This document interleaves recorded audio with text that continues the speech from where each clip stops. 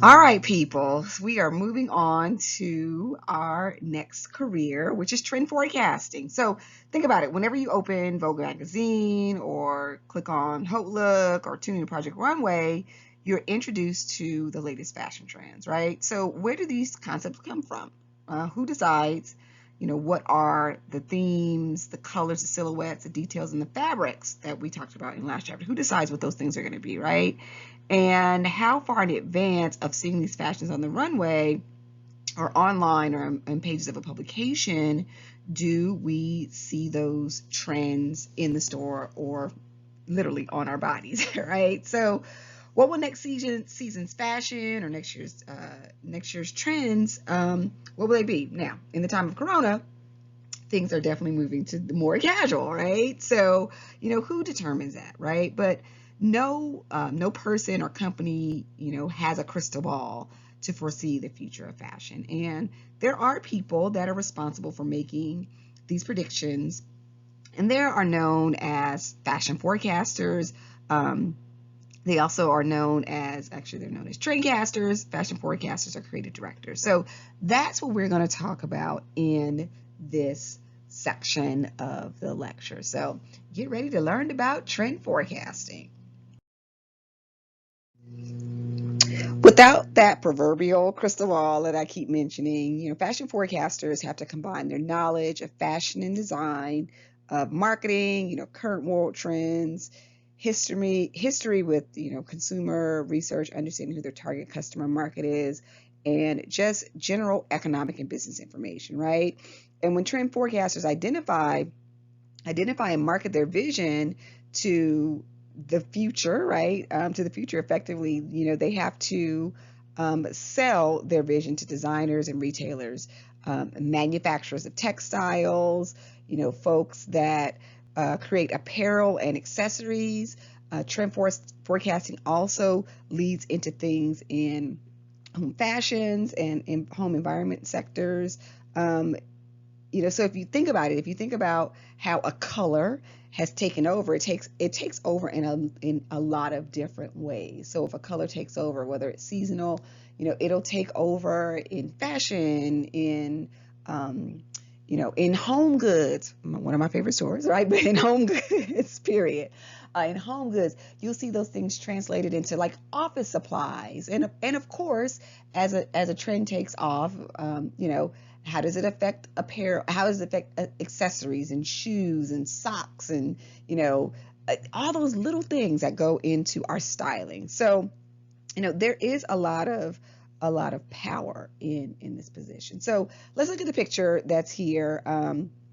This is a picture of a Valentino dress from the Spring 19 couture collection at the runway show in Paris. And believe it or not, the introduction of a designer seasonal collection is really important because industry leaders like Valentino have a great influence on future fashion trends. So this dress might not translate exactly into a dress that you will see in, Macy's or Forever 21 or Nordstrom's, but what it does set, it may be color, it may be pattern. So this is a large scale pattern. So we may be going back to large scale patterns from small scale patterns. It could be the tiering of the skirt. It could be the neckline. It could be the belting. It could be just be the styling. So all of those things are components of what the trend forecaster does.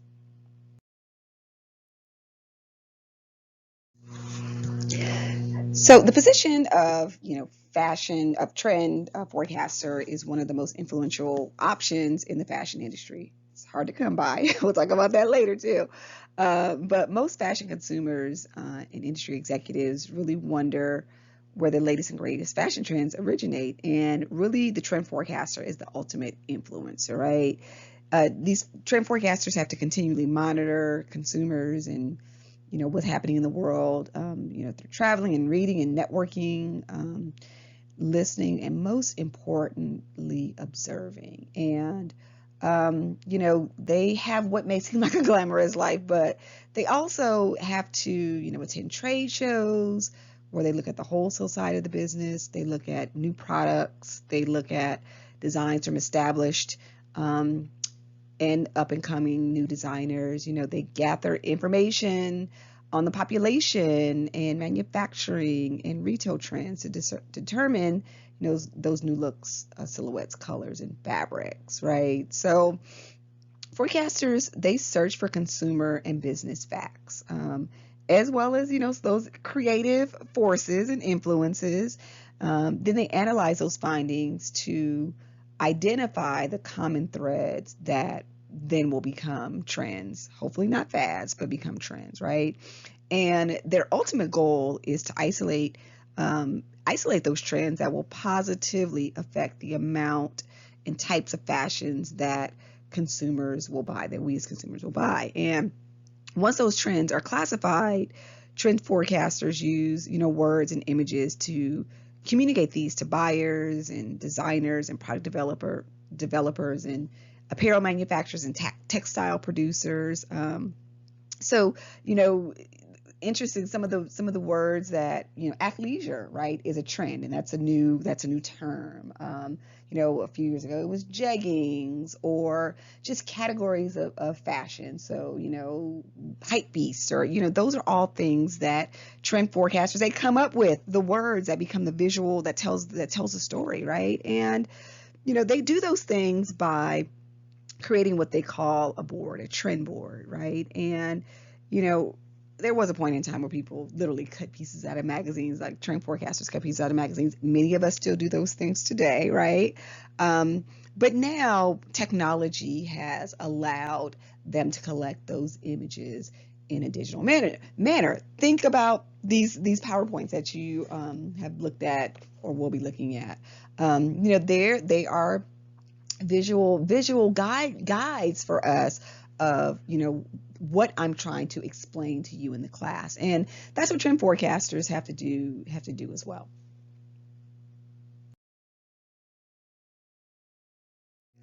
Generally, there are four types of trend forecasting, or trend forecasting companies or firms, right? And they are ones that forecast, fiber and textiles, color, consumer population, and then ones that are on a much broader spectrum. So first, let's talk about the fabric and fiber, the fabric and fiber house forecaster, right? So this is just a forecaster that represents fiber, or a source of fabric. If you are in my or have taken textiles, you should know what a fiber and the difference between a fiber and a fabric at this point. But their purpose is just to talk about some of the tactile piece. So if we look at the photo here, it may be, this may be mohair, this may be faux mohair, right? It may be a natural fabric, fiber, or it may be a synthetic fiber. So they just work with fibers and fabric. So if we think about the trends in, if we talk about athleisure, which we'll probably talk about a lot, the trend in, in wicking material that wicks away, or the move towards faux fur instead of actual fur. And just like the types of denim, just all of those things, those pieces that roll up to apparel, right? So are they silky fabrics? Are they, what are the prints are going to be? So that's what the first one does, okay? And, if we look at those types of forecasters, those fabric and textile forecasters, those are going to include companies like Cotton Incorporated, which actually does commercials. You've probably seen a Cotton Incorporated commercial, or the Mohair Council of America, right?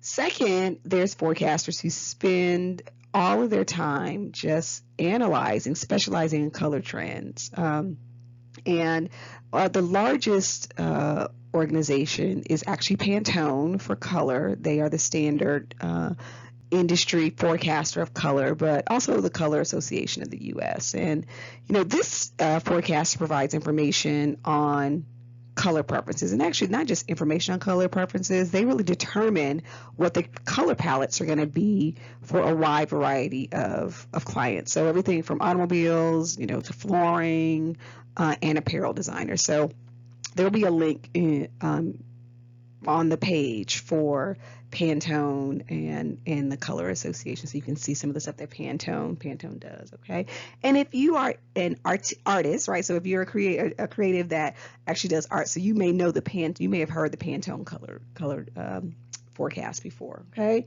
Next, there are forecasters whose sole purpose is to project population trends, right? And you're like, how does that affect fashion? Well, population trends do affect fashion because, social, economic, geographic, technological challenges. We talked about some of those challenges in the first part of the lecture, right? In the world shifts populations, and as a result, they track population age shifts and residential and geographical preferences and changes in family sizes and structures and entertainment preferences and spending patterns and things that are influenced by celebrities and films and art and other people related topics, right?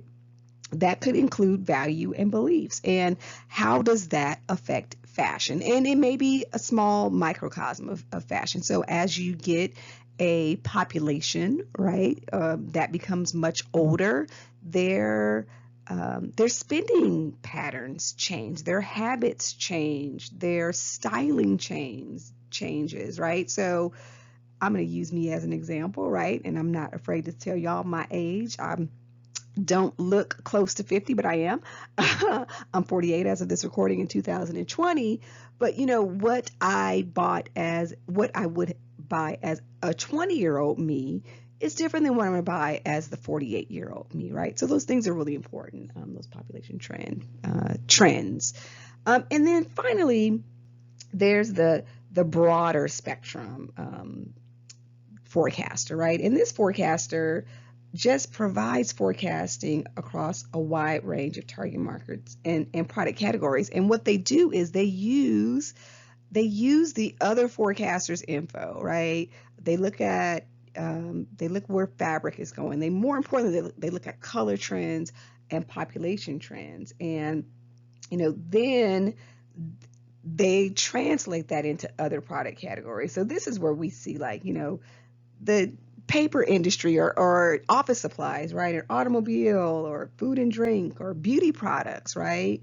All of those, the colors of electronic devices, right? So what you probably never thought about where that coloring comes from. It comes from a broad spectrum forecaster. So again, when you finish this lecture, when you finish this section of the lecture, at the bottom underneath the video will be a link to some of the trend forecasting companies that are talked about in this slide.